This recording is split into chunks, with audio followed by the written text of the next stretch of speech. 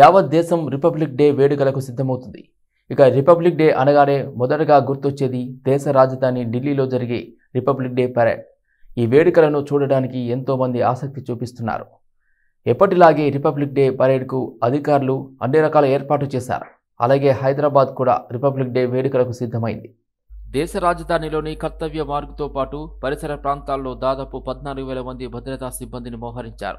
ఈ ఏడాది కవాతును వీక్షించేందుకు 77,000 మంది వస్తారని అంచనా వేస్తున్నారు. ఈ నేపథ్యంలో భారీ భద్రతా ఏర్పాటు చేసినట్లు పోలీసు అధికారులు తెలిపారు. ఇదిలా ఉంటే పరేడ్లో పాల్గొనేందుకు ఇప్పటికే పలు విభాగాలకు చెందిన సైనికులు కవాతులు నిర్వహిస్తున్నారు. ఇవాళ భారతదేశం 75వ గణతంత్ర దినోత్సవం జరుపుకోనుంది. భారత రాజ్యాంగం 1950 జనవరి 26వ తేదీన అమల్లోకి రావడంతో ఇక అప్పటి నుంచి ఏటా గణతంత్ర దినోత్సవంను జరుపుకుంటున్నాం. ఇప్పటికే దేశ రాజధాని ఢిల్లీలో గణతంత్ర శోభ కనిపిస్తుంది. అన్ని ప్రధాన రహదారులు చాలా కలర్ఫుల్గా కనిపిస్తున్నాయి. ఇక త్రివిధ దళాలు చేసే విన్యాసాలు, పరేడ్లు చేసే ప్రాంతం కర్తవ్య పథ్ అత్యంత సుందరంగా ముస్తాబైంది. ఎలక్షన్ కమిషన్ దేశవ్యాప్తంగా యంగ్ ఓటర్స్ డే నిర్వహిస్తుందని కేంద్ర మంత్రి కిషన్ రెడ్డి అన్నారు. ఇందులో అనేక ఎన్జిఓలు, విద్యా సంస్థలు, వివిధ రాజకీయ పార్టీల నాయకులందరూ కలిసి కొత్త ఓటర్ ఎన్రోల్ చేయాలని చెప్పి ఎన్నికల సంఘం పిలుపునిచ్చిందన్నారు. భారతదేశం ప్రపంచంలోనే అత్యంత యువ జనాభా కలిగిన దేశమని కేంద్ర మంత్రి కిషన్ రెడ్డి అన్నారు. ఈ నేపథ్యంలో దేశంలో అర్హత ఉన్న ప్రతి ఒక్కరిని కూడా ఈ ఓటర్ లిస్టులో ఎన్రోల్ చేయాలనే ఉద్దేశంతో ఈ కార్యక్రమం తీసుకోవడం జరిగిందన్నారు. ఈ దేశ భవిష్యత్తు యువతదే కాబట్టి దేశ అభివృద్ధిలో యువతదే కీలక పాత్ర అన్నారు. ఈ దేశాన్ని ప్రపంచంలో ముందుంచడానికి వాళ్లే కీలక పాత్ర పోషిస్తారన్నారు. Young voters day, new voters day నిర్వహిస్తున్న విషయం మనకందరికీ తెలుసు. ఇందులో అనేక ఎన్జిఓలు, విద్యా సంస్థలు, వివిధ రాజకీయ పార్టీలు అందరూ కూడా కలిసి న్యూ ఓటర్స్ని ఎన్రోల్మెంట్ చేయాలని చెప్పి ఈ యొక్క ఎలక్షన్ కమిషన్ పిలుపు మేరకు ఈరోజు దేశవ్యాప్తంగా కూడా అనేక కార్యక్రమాలు జరుగుతూ ఉన్నాయి. హైదరాబాద్లో కూడా గవర్నర్ గారు కూడా ఈ రకమైనటువంటి కార్యక్రమంలో అనేక రాష్ట్రాలలో ముఖ్యమంత్రులు, మంత్రులు, అధికారులు, ఎన్జిఓలు, విద్యా సంస్థలు కూడా భాగస్వాములు అవుతుంది. ఎందుకంటే భారతదేశం ప్రపంచంలోనే అత్యధిక యువ జనాభా కలిగినటువంటి దేశం, యూత్ పాపులేషన్ కలిగినటువంటి దేశం. మళ్ళీ దేశంలో యువకు సంబంధించినటువంటి ప్రతి ఒక్కరిని కూడా అర్హత ఉన్నటువంటి వాళ్ళు మరి ఈ యొక్క ఓటర్ లిస్టులో ఎన్రోల్మెంట్ చేయాల్సిన అవసరం ఉందనే దృక్పథంతో ఈ కార్యక్రమం తీసుకోవడం జరిగింది. వాళ్ళే ఈ దేశానికి మరి భవిష్యత్తులో దేశ అభివృద్ధిలో కీలక పాత్ర పోషిస్తారు. యువతని మరి దేశాన్ని ప్రపంచంలో ఒక గౌరవ స్థానంలో ఒక అభివృద్ధి చెందిన దేశంగా నిర్మాణం చేయడంలో వాళ్ళే కీలక పాత్ర పోషిస్తారు. కాబట్టి యంగ్ ఓటర్స్ అందరూ కూడా తమ తమ ఓటు హక్కు, తమ తమ ఓటర్ పోలింగ్ బూతులలో, తమ నివాస ప్రాంతాల్లో ఎన్రోల్మెంట్ చేసుకోవాల్సిందిగా ఈ సందర్భంగా పిలుపునిస్తా ఉన్నారు. నేడు జరగనున్న భారత మాత హారతి కార్యక్రమంలో భాగంగా భారత మాత విగ్రహ ఊరేగింపు కార్యక్రమం ఘనంగా జరిగింది. ప్రసాద్ ఐమాక్స్ నుండి పీపుల్స్ ప్లాజా వరకు ఊరేగింపు చేశారు. ప్రసాద్ ఐమాక్స్ నుంచి పీపుల్స్ ప్లాజా వరకు జరిగిన ఈ ఊరేగింపులో ABV foundation chairman Kavya Kishan Reddy పాల్గొన్నారు. హైదరాబాద్, సికింద్రాబాద్ జిల్లాల అధ్యక్షులు గౌతమ్ రామ్, శ్యామ్ సుందర్ గౌడ్తో పాటు పలువురు బీజేపీ నాయకులు, కార్యకర్తలు, ఫౌండేషన్ సభ్యులు, మహిళలు పెద్ద ఎత్తున పాల్గొన్నారు.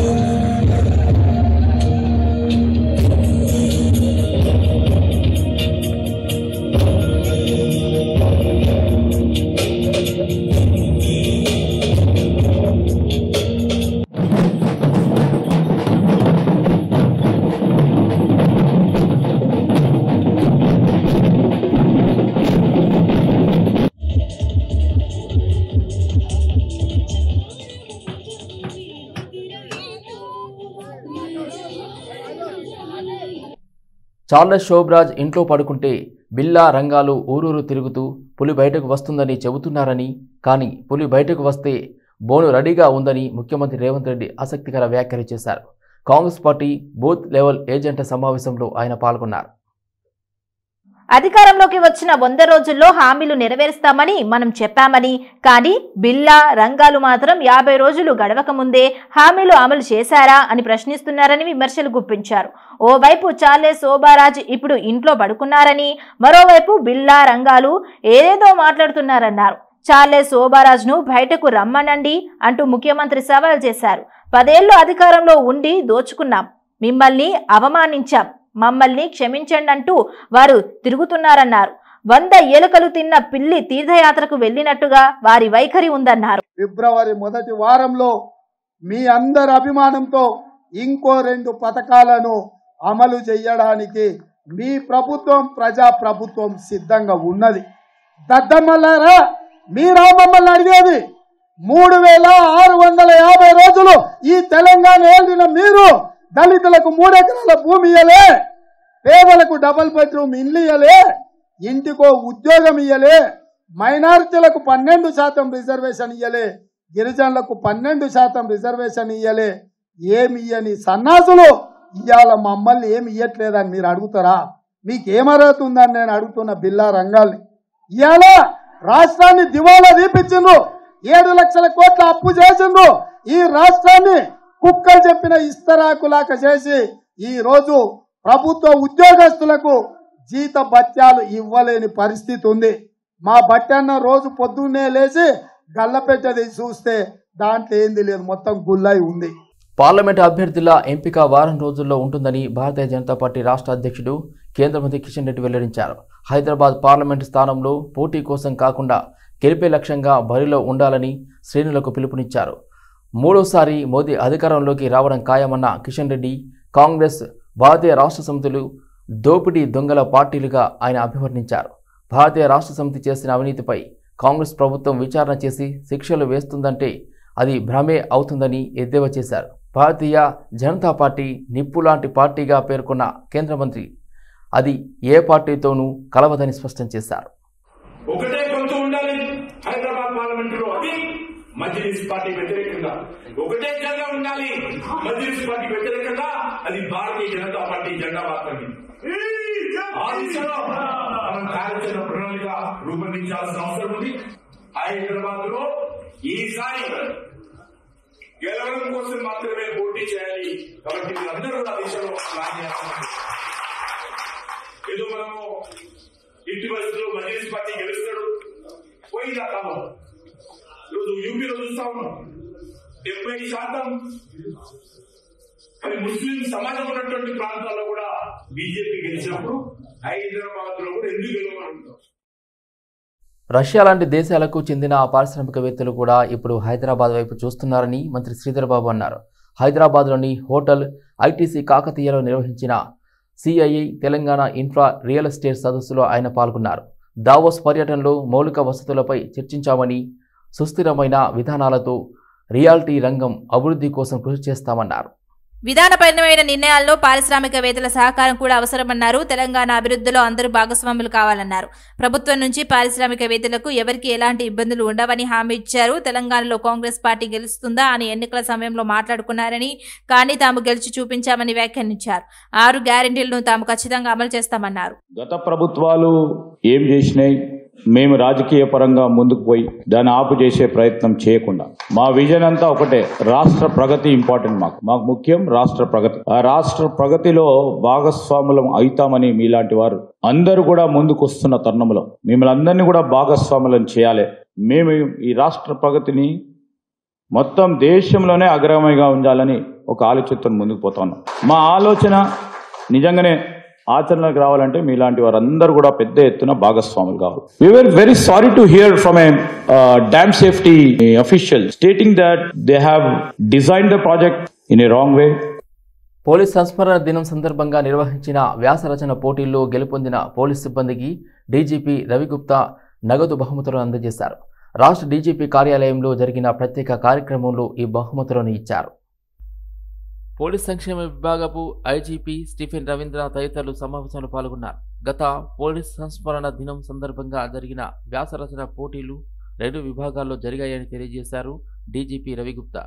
ఏఎస్ఐ, ఏఆర్ఎస్ఐలు వారి కింది స్థాయి సిబ్బంది మొదటి కేటగిరీగా ఎస్ఐ, ఆర్ఎస్ఐలు పై స్థాయి సిబ్బంది 2వ కేటగిరీగా పరిగణించినట్లుగా తెలిపారు.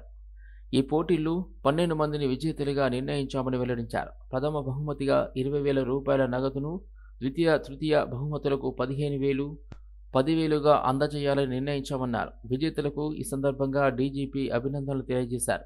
ఈ రకమైన పోటీలలో పాల్గొనడం ద్వారా పోలీస్ సిబ్బంది తమ ప్రతిభను ప్రదర్శించవచ్చు అన్నారు.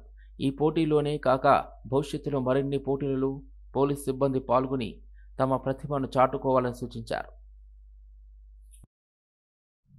జాతీయ ఓటర్ దినోత్సవాన్ని పురస్కరించుకుని ఓయూలో మాక్ ఓటింగ్ కార్యక్రమం నిర్వహించారు. తెలంగాణ స్టూడెంట్స్ అసోసియేషన్ ఆధ్వర్యంలో నిర్వహించారు. జాతీయ ఓటర్ దినోత్సవం సందర్భంగా తెలంగాణ స్టూడెంట్స్ అసోసియేషన్ ఆధ్వర్యంలో ఉస్మానియా యూనివర్సిటీ ఆర్ట్స్ కళాశాల ఆవరణలో మాక్ ఓటింగ్ కార్యక్రమాన్ని నిర్వహించారు. ఈ కార్యక్రమానికి ముఖ్య అతిథులుగా ఆర్ట్స్ కళాశాల ప్రిన్సిపల్ ప్రొఫెసర్ గణేష్, ప్రొఫెసర్ విజయ, అదేవిధంగా డాక్టర్ చెరుకుపల్లి వంశీధర్ తదితరులు హాజరయ్యారు. ఈ సందర్భంగా వారు మాట్లాడుతూ విద్యావంతులు ఓటింగ్కు దూరంగా ఉండటం కలవర పెడుతుందని అన్నారు. ఇది ప్రజాస్వామ్యానికి విఘాతం కలిగిస్తుందని చెప్పారు. పరిసరాలు శుభ్రంగా ఉంచుకుంటే ఆరోగ్యంగా ఉంటామని ఆదాయపు పన్ను principal commissioner doctor D Sudhakar Rao అన్నారు. హైదరాబాద్ కోటి నిజామియా బజార్లోని ప్రభుత్వ ఉన్నత పాఠశాలలో స్వచ్ఛత పక్వాడా శ్రమదాన్ కార్యక్రమం నిర్వహించారు. భారత ప్రభుత్వం ఆదాయపు పన్ను విభాగం ఆధ్వర్యంలో నిర్వహించారు. ఈ కార్యక్రమానికి ముఖ్య అతిథులుగా ఆదాయపు పన్ను principal commissioner doctor D Sudhakar Rao, అదనపు కమిషనర్ హర్షిత్ చౌహాన్ హాజరయ్యారు. అదేవిధంగా ప్రధానమంత్రి ఆదేశాల మేరకు ప్రభుత్వ పాఠశాలలో పరిసరాల పరిశుభ్రతపై విద్యార్థులకు అవగాహన కల్పించడానికి కార్యక్రమాన్ని నిర్వహించామన్నారు. నగరంలోని పలు ప్రభుత్వ పాఠశాలల్లో మౌలిక వసతులు ఏర్పాటు చేయడంతో పాటు మరుగుదొడ్లు నూతనంగా నిర్మాణం చేసినట్లుగా తెలిపారు. పాఠశాల ఆవరణను శుభ్రం చేసి మొక్కలు నాటారు. అనంతరం పరిసరాల పరిశుభ్రతపై విద్యార్థులతో ప్రతిజ్ఞ చేయించారు. ఇటీవల పాఠశాలలో నిర్వహించిన వ్యాసరచన పోటీలలో గెలుపొందిన విద్యార్థులకు బహుమతులు అందజేశారు.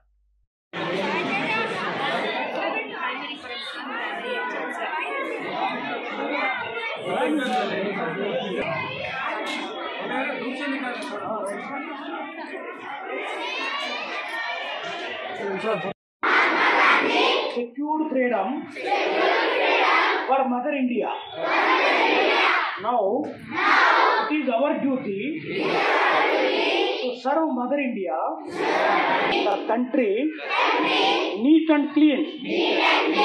I take this pledge to remain committed towards cleanliness. నియోజకవర్గం అభివృద్ధి, ప్రజల సంక్షేమమే తన లక్ష్యమని మేడ్చల్ ఎమ్మెల్యే మల్లారెడ్డి అన్నారు. మేడ్చల్ జిల్లా గట్కేసర్ మండలం మాదారం, మర్రిపల్లిగూడెం గ్రామాలలో నూతన గ్రామ పంచాయతీ భవనాలను మల్లారెడ్డి ప్రారంభించారు. బీఆర్ఎస్ ప్రభుత్వంలో మేడ్చల్ జిల్లా ఎన్నో అభివృద్ధి కార్యక్రమాలు చేపట్టామని మంత్రి మల్లారెడ్డి తెలిపారు. కాంగ్రెస్ ప్రభుత్వం ప్రజలకు ఇచ్చిన హామీల త్వరితగతిన పూర్తి చేయాలని మల్లారెడ్డి అన్నారు. ఈ కార్యక్రమంలో స్థానిక జిల్లా జెడ్పీ చైర్మన్, ఎంపీపీలు, పలు గ్రామాల ఎంపీటీసీలు, సర్పంచులు, ఉప సర్పంచులు, వార్డు మెంబర్లు, మాజీ ప్రజాప్రతినిధులు, కాంగ్రెస్ పార్టీ, బీఆర్ఎస్ పార్టీ కార్యకర్తలు, నాయకులు తదితరులు పాల్గొన్నారు. అంబేద్కర్ విగ్రహాలు కూడా కొత్తగా ఆవిష్కరించుకున్నాం. దానికి తోడు తెలంగాణలో గ్రామ పంచాయతీ బిల్డింగ్, లింగాపూర్లో గ్రామ పంచాయతీ బిల్డింగ్, ఇక్కడ డ్రాకా మహిళా బిల్డింగ్ లింగాపూర్లో, ఇవన్నీ కూడా కొత్తగా ప్రారంభించుకున్నాం. చాలా సంతోషం. గడిచిన 5 సంవత్సరాలు మా సర్పంచ్ కానీ, ఉప సర్పంచ్ కానీ, వార్డు మెంబర్లు కానీ, ఎంపీటీసీలు కానీ చాలా కష్టపడ్డారు. ఊర్లే నా మేడ్చల్లో 60 గ్రామాలు ఉన్నాయి, 61 గ్రామం ఉంది. 61 గ్రామాలు కూడా రోడ్డు లేని గ్రామం చేసేసారు. ప్రతి ఊర్లో కూడా రోడ్డు ఉన్నది. మట్టి అంటకుండా చేసారు. డ్రైనేజ్ కానీ, రోడ్లు కానీ, కరెంటు కానీ, తాగునీరు కానీ ఇవన్నీ కూడా బ్రహ్మాండంగా చేసారు సర్పంచులు. న్యాయంలో లాస్ట్ జరిగిన 5 ఏళ్లలో ఇంకా ముందు కూడా ఇంకో లెవెల్లో కూడా అభివృద్ధి చేస్తామని కూడా మనం చేస్తున్నాం. మా సర్పంచులకు, వాళ్ళందరికీ కూడా, వార్డు మెంబర్లకు, ఎంపీటీసీలకు ధన్యవాదాలు.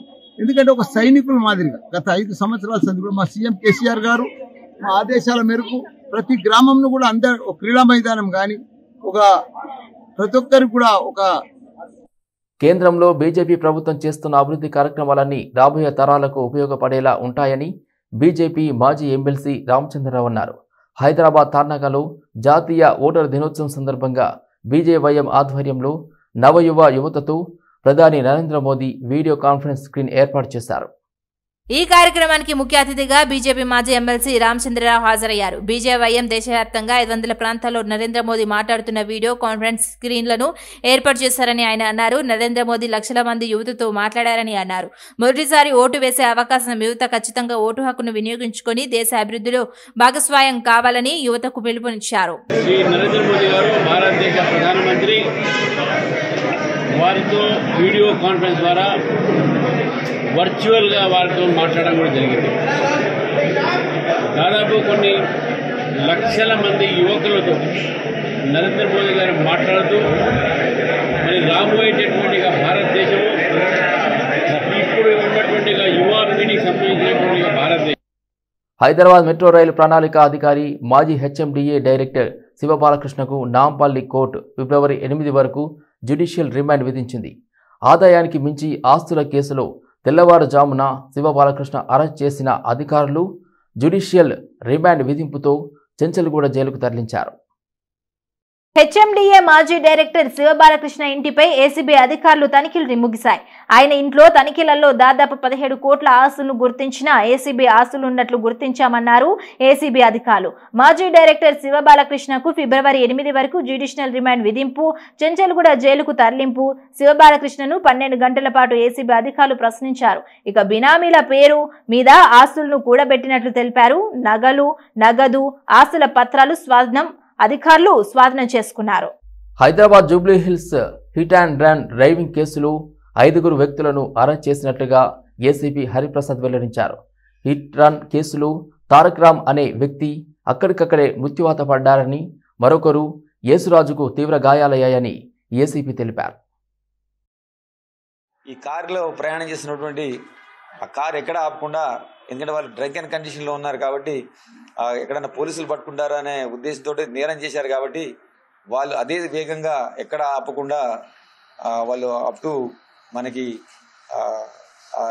బిహెచ్ఈఎల్ ఫీర్జాగూడ ప్రాంతంలో వాళ్ళ కజిన్ సురేష్ ఉంటాడు. ఆ సురేష్ ఇంటి దగ్గరికి ఈ ఏవన్ అయితే ఉన్నాడో రిత్విక్ రెడ్డి అతను నడిపింది కారు. అతను అక్కడ దగ్గర పోయి వాళ్ళకి అన్ని విషయాలు అతనికి చెప్పి తర్వాత పోలీసులు అది ఏం జరిగిందని తెలుసుకోవడానికి మళ్ళీ ఈ యొక్క నేరం చేసినటువంటి వాహనాన్ని అక్కడే పెట్టేసి వాళ్ళ ఆ సురేష్ వాహనంలో మళ్ళీ ఇక్కడ సీన్ ఆఫ్ అఫెన్స్కి వచ్చి వాళ్ళు మళ్ళీ అంతా పరిశీలించుకున్నారు. ఇక్కడ అంతా పోలీసులు ఉన్నారని మళ్ళీ పోలీసులు దొరకకుండా మళ్ళీ వాళ్ళు వెళ్ళిపోతారు. వెళ్ళిపోయిన తర్వాత సురేష్ అనే వ్యక్తి వాళ్ళని తన వాహనంలో మిగతా ఎవరైతే ఉన్నారో ఆ వాహనంలో వాళ్ళందరినీ వాళ్ళ ఇంటి దగ్గర తీసుకోవడం జరుగుతుంది. ఈ నేరస్తుల మటుకి ఇది కార్ డ్రైవ్ చేసిన వ్యక్తి రిత్విక్ రెడ్డి మటుకి తన వాహనాన్ని తీసుకొని తన ఇంటికి పోతాడు. తుకారాం గేట్లు ఉంటుంది అతని ఇల్లు, అక్కడ అదే వాహనాన్ని అక్కడ పెడతాడు.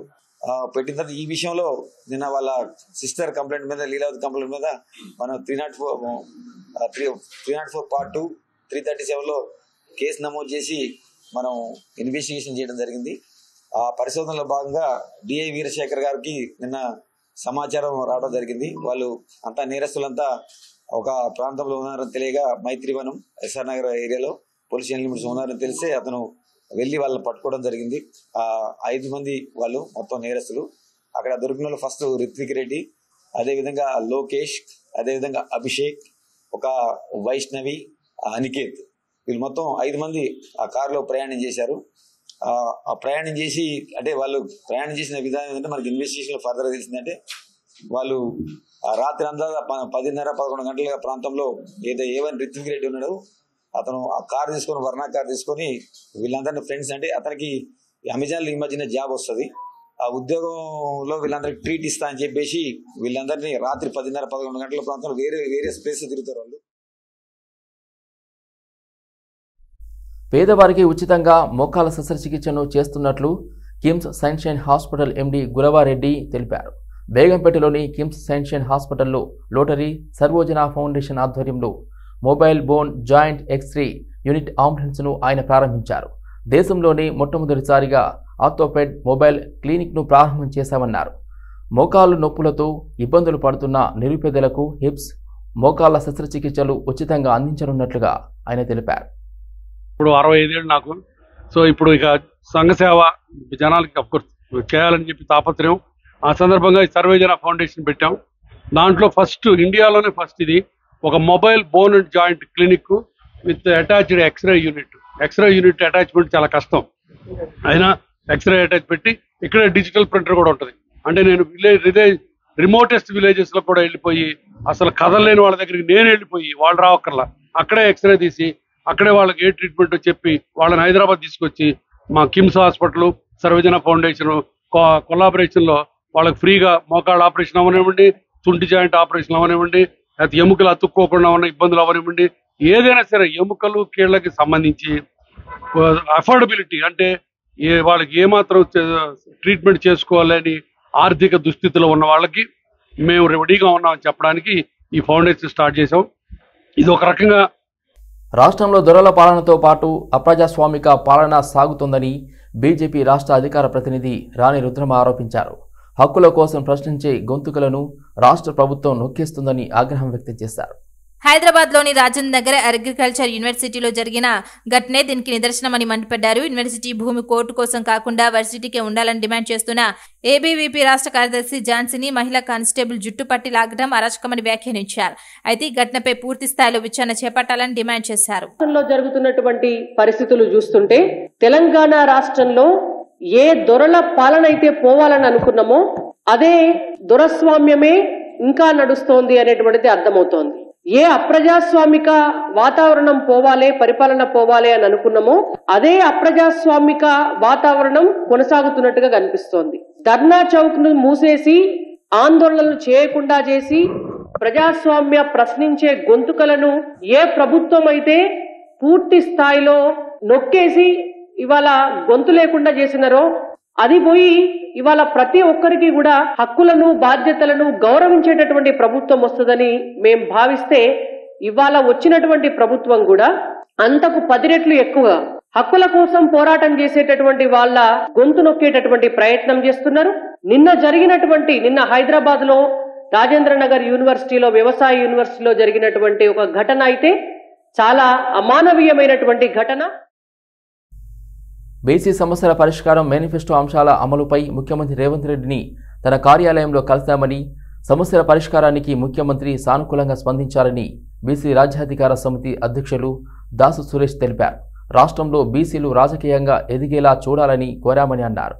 బీసీల సమస్యల సాధనకు నిత్యం అందుబాటులో ఉంటానని, త్వరలోని బీసీ మంత్రి నేతృత్వంలో అధికారులతో సమీక్షా సమావేశాన్ని ఏర్పాటు చేస్తామని రేవంత్ రెడ్డి తెలిపారన్నారు.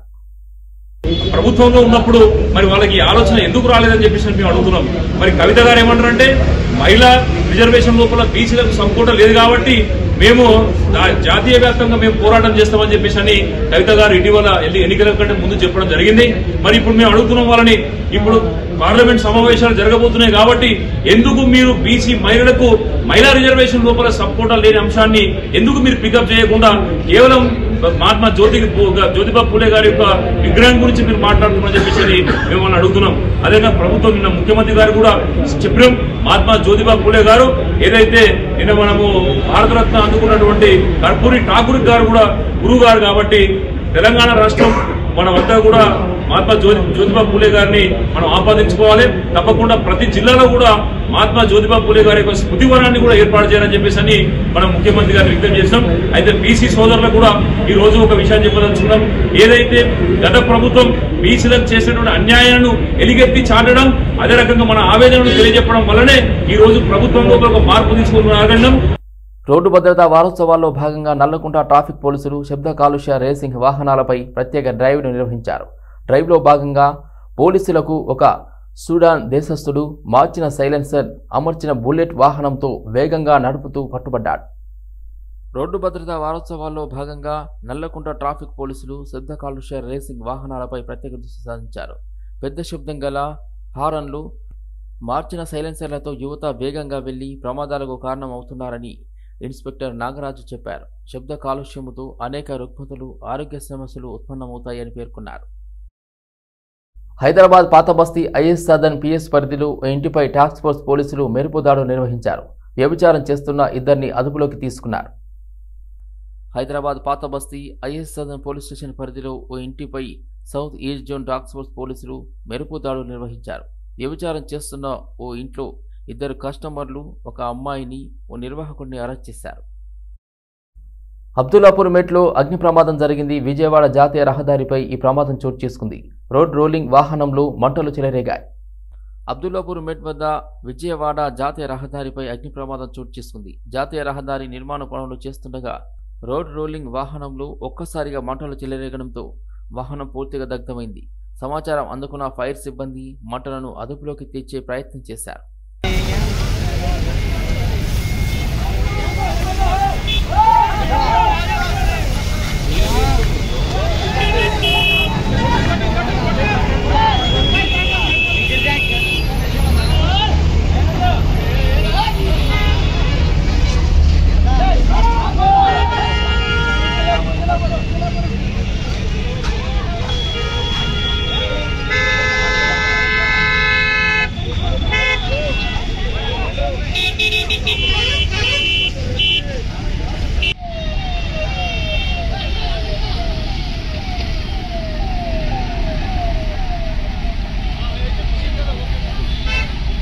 తెలుగు తల్లి ఫ్లైఓవర్ పక్కన కారు దగ్ధమైంది. భారీగా మంటలు చెలరేగడంతో వాహనదారులు ఆందోళనకు గురయ్యారు. తెలుగు తల్లి ఫ్లైఓవర్ పక్కన కారులో మంటలు చెలరేగాయి. మంటల్లో కారు పూర్తిగా దగ్ధమైంది. భారీగా మంటలు చెలరేగడంతో ఆందోళనకు గురయ్యారు వాహనదారులు. ఈ ఘటనతో భారీగా ట్రాఫిక్ జామ్ అయింది.